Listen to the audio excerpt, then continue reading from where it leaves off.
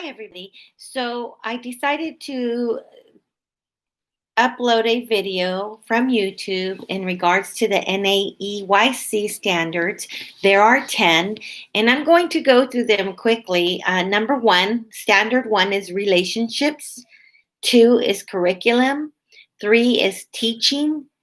Four is the assessment of child's progress. Five is health. Six is staff competencies, preparation and support. Seven is family. Eight is community relationships. 9 is the physical environment. And standard number 10 is leadership and management. So based on the artifacts that I included in my PowerPoint presentation in regards to gender roles in children and their identities, I decided to go ahead and talk about these and how I apply them to the artifacts that I incorporated into my PowerPoint presentation. So number one, relationships. Relationships are key to any child's development. And when a child is young and in the infant stages, in the early ages, the attachment and the bond that they create with their parents or primary caregivers is really important, because that develops the trust, and that develops a relationship and a bond where children are able to freely explore, and they have confidence and support of teachers to help them adjust and to incorporate interests into the environment based on the knowledge that we have as educators with children. Children are encouraged to work together and play together. So part of the artifact that I implemented are the books that we used in our course throughout the last 6 weeks was the Pello Rethinking Education. And so that book was a really great book on implementing the pedagogy way, and also being diverse and entering the culture, about holidays, about play, the different techniques and availabilities to help us as educators understand the importance of why we teach and do what we do. So the next one is the curriculum, and that's standard number 2. So I implemented the multiple intelligence by Howard Gardner. And the reason I did that is because when we are planning doing our lesson plans, we individualize to think of every child that we are supporting and that we have within our care in our classrooms. So the curriculum should implement the multiple intelligences of the children. And that's part of a special technique that, as we do observations, as we build relationships with the children, we are able to incorporate whether a child's learning style is through music, is kinesthetics, is through mathematical and logical reasoning, interpersonal, whatever it is their style of learning is. It's important to implement Howard Gardner's 8 multiple intelligences into the curriculum and the classroom, so that children can explore freely and children can learn and reach their full potential in anything that they do and explore, because we've considered their interests. So that's really important. A well-planned written curriculum provides a guide for teachers and administrators to help work together and create a balance of different activities and approaches. So that's part of the NAEYC standard number 2 of curriculum. So that's why I implemented that artifact.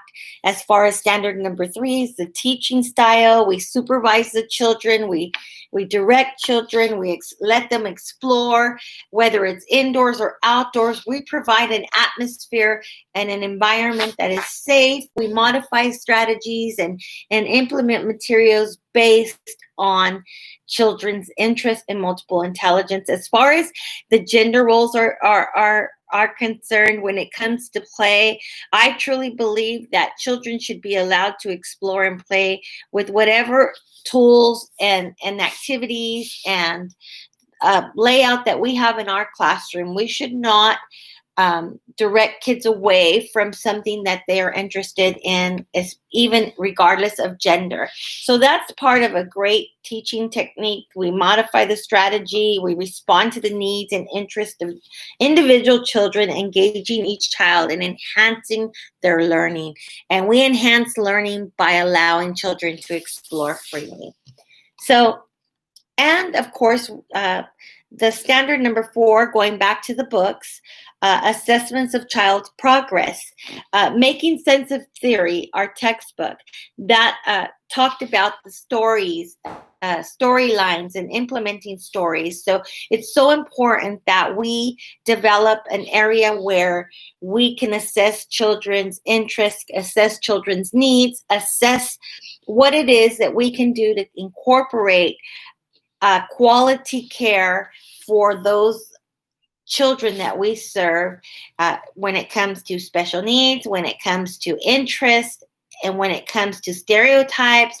We as educators should always be aware and on top of things to allow children not to feel any kind of shame or guilt or be hindered because of our own biases or stereotypes. So that's part of an assessment.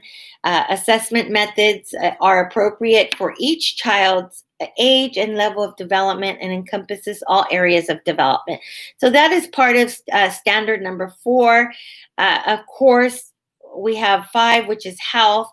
But going into standard number 6, the competency. So one of the things in our PowerPoint slide was what did we learn, and how well are we competent as far as the gender roles and identity of children, and allowing children to explore. And Jason Rafferty, MD, and also some of the readings that we read from him talks about the importance of gender roles and allowing children to explore. And just because children play with cars, if you're a girl and you like cars and tools and construction and want to be a firefighter, want to be a construction worker when you grow up, that is fine.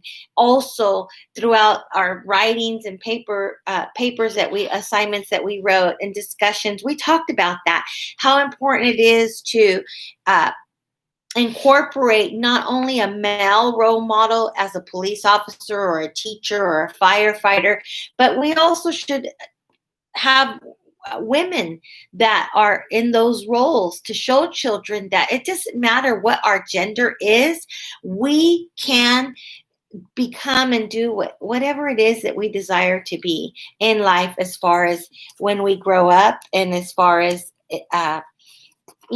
interests. So that's so important. And moving on to standard number 7, families. I believe that when we incorporate a quality environment, as far as the multiple intelligence, as far as the reading material, I also incorporated a song that's just took me to when we were reading about the gender roles and identity in children. There's a song says, anything you can do, I can do better. Anything you can do, I can do better than you. No, you can't. Yes, I can. No, you can't. And it's between a male and a female going back and forth about who's better than who. And some of the interview questions that I asked were, are boys stronger than girls? Can boys cook? Can girls play with superheroes? Different questions that would normally stereotype because of cultural norms, but in society today, we are constantly changing and evolving and being more liberal when it comes to letting people be who they want to be and making choices. So that's so important that as teachers and as staff, we talk with families and share why it's important for children to explore freely. Like the example I used with the child I interviewed, Basil, his father was anti-dolls and kind of hesitant with his son playing with dolls and concerned that maybe Basil was going to identify in the feminine side. But the more we educated him based on there is no gender stereotyping when it comes to children's play, because children learn from exploring, and playing with the doll teaches them empathy, teaches them nurturing, teaches a lot of different social emotional skills that children need to thrive and succeed in life. And so those are part of the things that as educators, it's so important to connect with families and share, but still respect and value the parents' beliefs and standards. But when they have an understanding as to children's play and what they're learning and developing through those interests and curiosities, they're going to see they want their children to feel secure. They want their children to be confident and to thrive in life, and to grow up not wanting to just please people, but to be independent and to identify and find their full potential in life. So these are little strategies that we can use to explain to parents and build relationships with families so that we can partner together and collaborate together with the development of their children. So it's so important.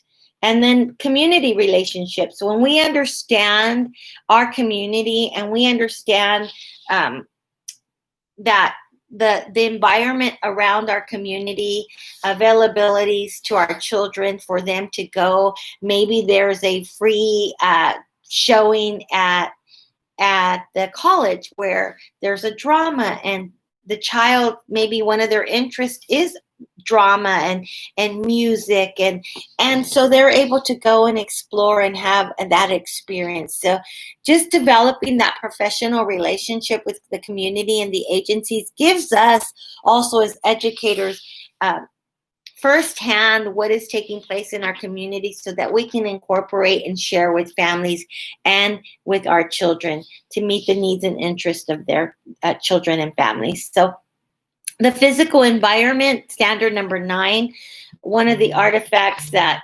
I used again is our books. Not only our books, but the multiple intelligence and the song. That all, I think, incorporates with the physical environment, because if we allow an environment that is free and is a safe area for children to explore, then I believe we're going to be providing a quality center or classroom for children, and we can give them, many activities and materials for them to explore both indoor and outdoor, without telling them, no, boys don't wear a dress, or without saying girls shouldn't be jumping up and down climbing the structure. What in the world? I remember I think I was 12 when my grandmother sat me down and told me I was becoming a young lady now, and young ladies do not jump and run around and play rough.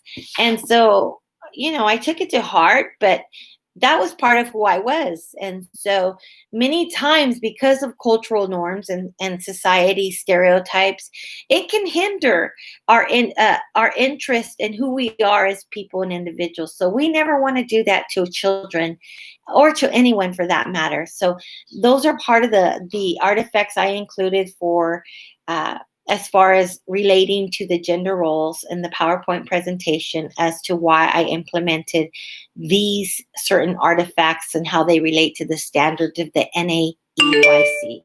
Thank you.